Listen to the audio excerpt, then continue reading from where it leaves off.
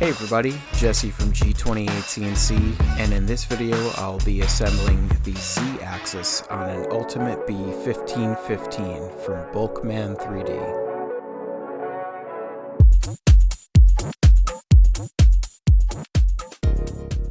We're going to be doing the Z-axis today, so I've got everything laid out. This is a little bit nicer because the Z-axis is not super tall, so we can just put everything out in front of us. I'm gonna sit down and build this and have a nice relaxing evening here. This is gonna go pretty much exactly like every other axis that we've done, except it's just a little bit smaller. So we're gonna start by putting our M3 by 10 button heads into the holes on the rails.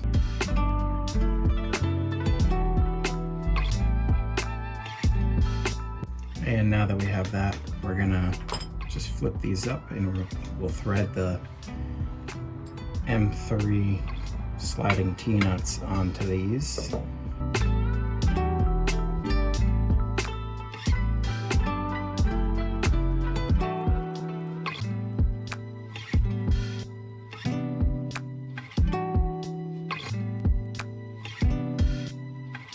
All right, we've got those. Now I'm gonna slide these into the C-beam.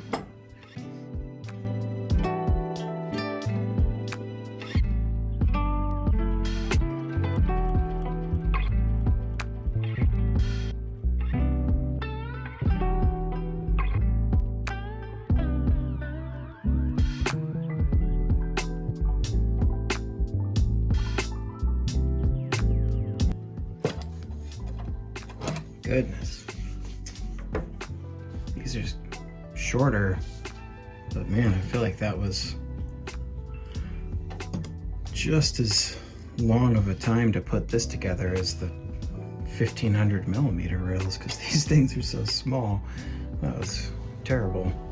All right, so next I'm gonna set one of these in place using the BulkMan alignment tool, and the other one I'm gonna leave loose, because we already know that when we put this plate on that we need these holes to line up with the bearings, and they're not going to line up if I lock these down in the wrong place.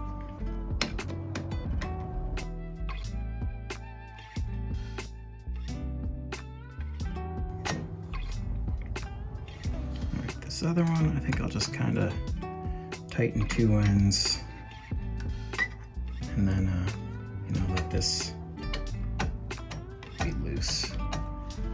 All right, so next we're gonna put our bearings on, and I've been saying it through this whole series, but if you take this retainer out, the ball bearings have the potential of coming out, and you might lose one. And I will stress that for these ones.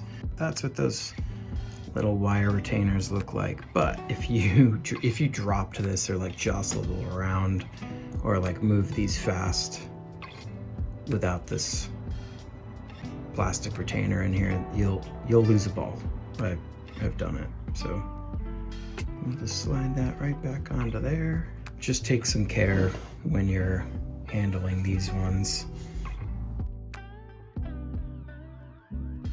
There is a little sweeper, like rubber sweeper, to keep chips from getting trapped, so you just kind of have to finagle it around a little bit. I've got the grease nipples coming down this way on this side, and I'll do the same thing on the other side so I can get to these and grease them. It's still difficult to get to them once everything's together, but at least it's a little head start. All right.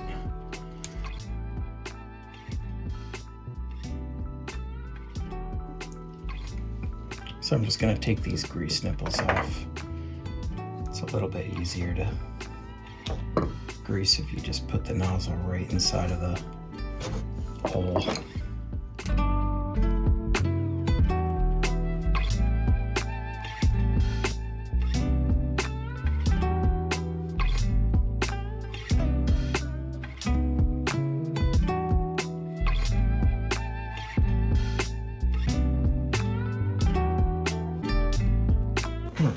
feels a little bit better, so put those grease nipples back on.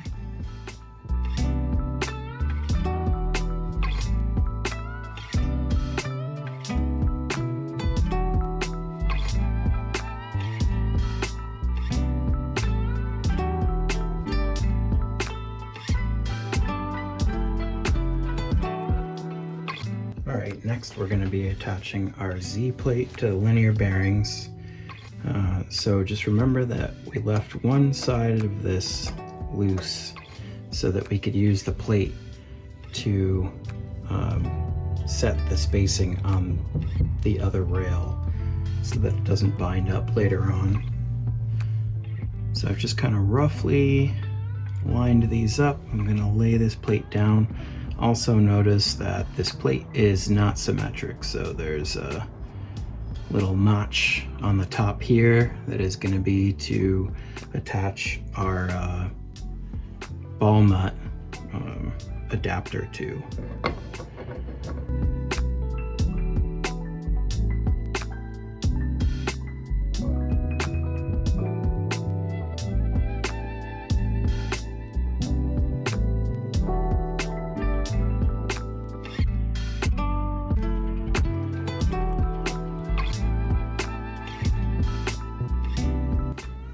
Alright, now I've got this tightened down. I'm going to move this to one end, and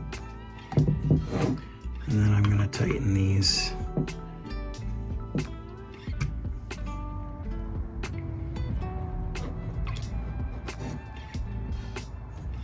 Move it down a little bit, tighten it up.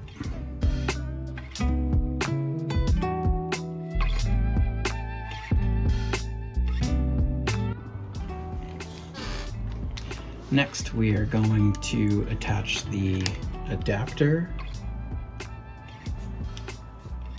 I'm going to have the grease nipple pointing up towards the flat end so that you can attempt to access it after you've assembled this. That's a tough one, but we'll at least give ourselves a little advantage.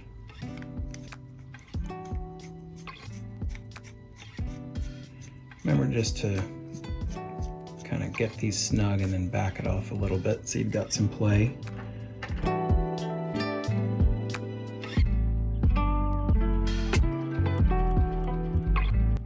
Finally got burned here.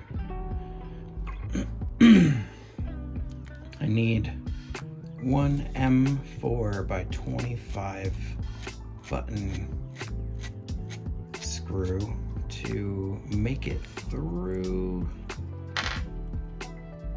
both of these and to get into the plate. I have the M4 by 20s. They are here. But there's supposed to be one M4 by 25, and I've scoured everywhere and it is not here. I even went back and watched my unboxing video to see if I lost it somewhere, and it's nowhere to be found. So unfortunately, I'm gonna take a brief break and order that up. That's super annoying.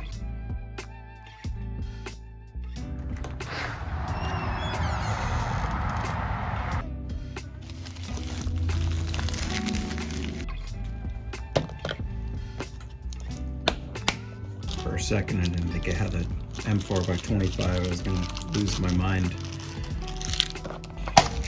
All right, all that for one. That's actually a really nice set though. That's cool to have. What a mess. Okay. Now, back to it. We're gonna put our gasket in between. And we'll start with the two M4 by 20s on either side.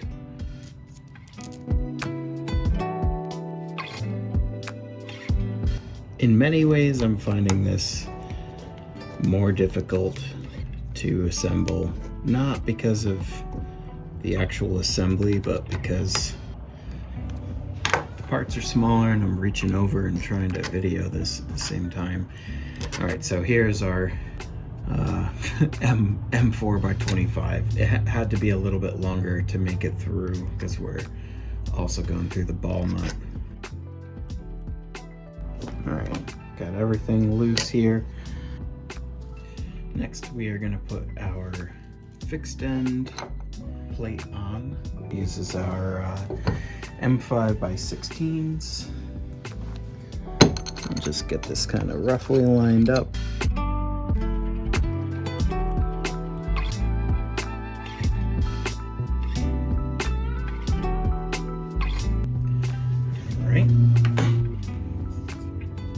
Same thing, but with the floating end plate.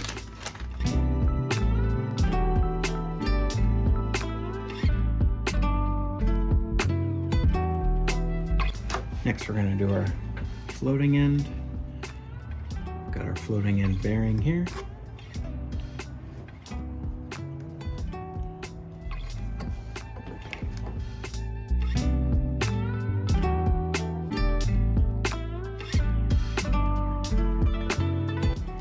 Got everything loose here, even this plate. Flip this back around to do the fixed end. Don't forget to double check that you've got these two black bushings inside of there. Let's slide that over.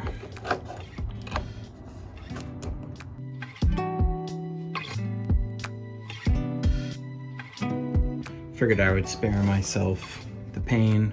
I've actually got my C-clip pliers today. Let me get it. Yep, we're good there. Does make it a lot easier. I just wanted to keep the last 3 axes interesting for you.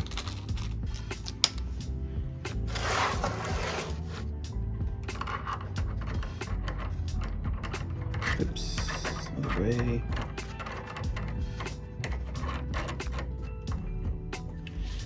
All right, so now we are going to tighten up the 3 button heads that attach to the X plate, or the Z plate, I should say. Not super tight, so that we don't crush down that gasket that's in there.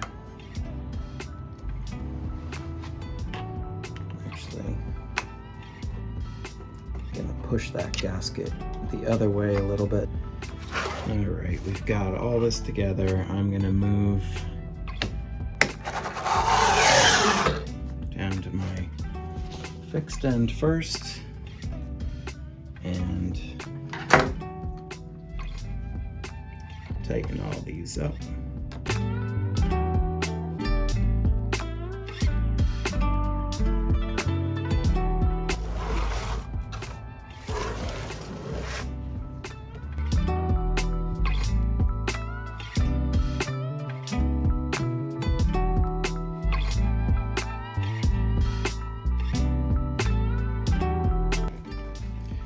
Alright,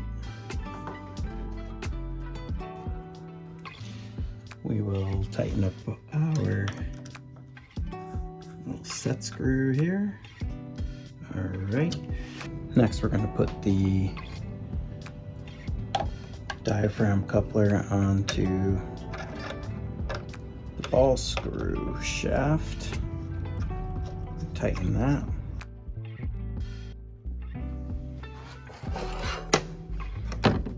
So some of these holes are not the right size. That one goes in pretty easily. That's cool. This one goes in pretty easily.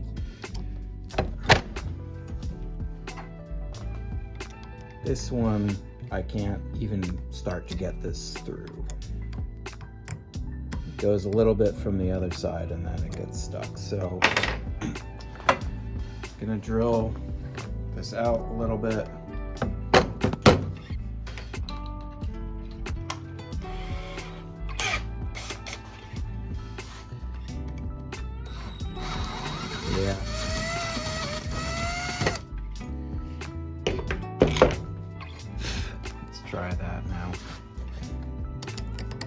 Yeah, okay, so that's a number 8 drill. I'm actually just gonna do them all to that because some of them were tight, but I got it through.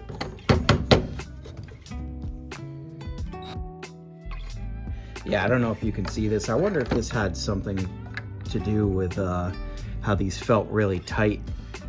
Is that I wonder if the hole's not the right size, and then it's hard to get this in because the head is kind of colliding at a weird angle with this. So I am just going to drill these all out.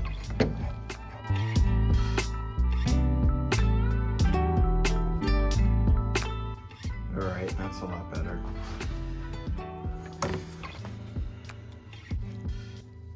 So in my case, I want the wire to be going to the back of the machine, which is the side that the linear rails are on. So next I'm gonna put this plate through here.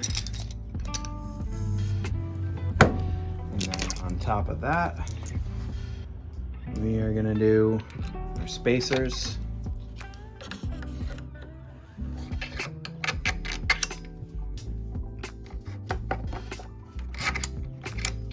Cool. All right. How'd we do here? Great. Then let's see here. I think this is the 4 on the driver. So I'm gonna get that lined up into that flex coupler first, and I actually need to loosen that a little bit. Right, and we'll get these started.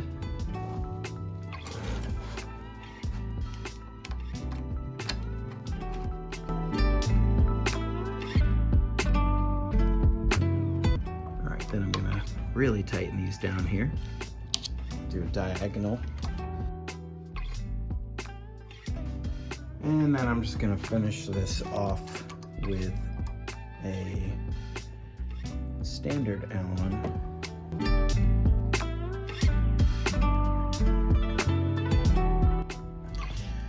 All right, and lastly, we'll tighten down this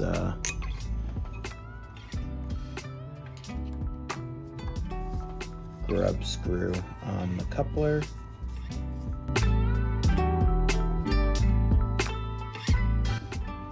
All right, home stretch, final step. We are gonna mount up the Z assembly to the X plate here. So doing that, we're gonna use 4, what are these? M5 by 20 with what they were calling the precision shim on there. And we're gonna be going through these 4 holes here.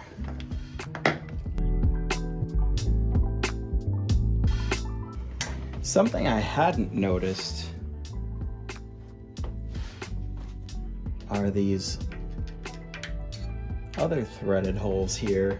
Get a closer look at that. We've got these threaded holes on both sides. And it's funny because on the Queen Bee Pro, I had thought about adding some. I have to go back and look at that plate to see if they're already there, because I was thinking about adding them to use some set screws to trim the head. So that'd be interesting if they're already on the Queen Bee and I just never noticed. Maybe when I put that together, that was my first like kind of legit CNC, so maybe I didn't notice it then because I wasn't looking for it.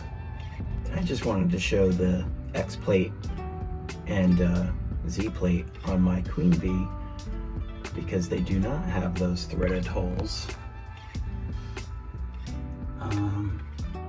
So that's why I didn't remember seeing them, and that's why I wanted to add them. So that's pretty cool that the Ultimate Bee already has those.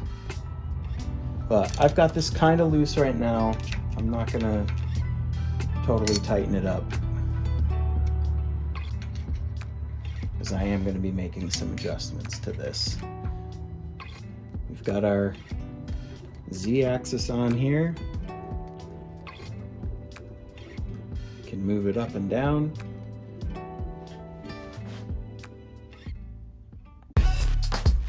Thanks for watching. Be sure to like and subscribe for more videos like this, and also grab those notifications so you can check out the next video in my Ultimate PE series, where I'll start wiring everything up.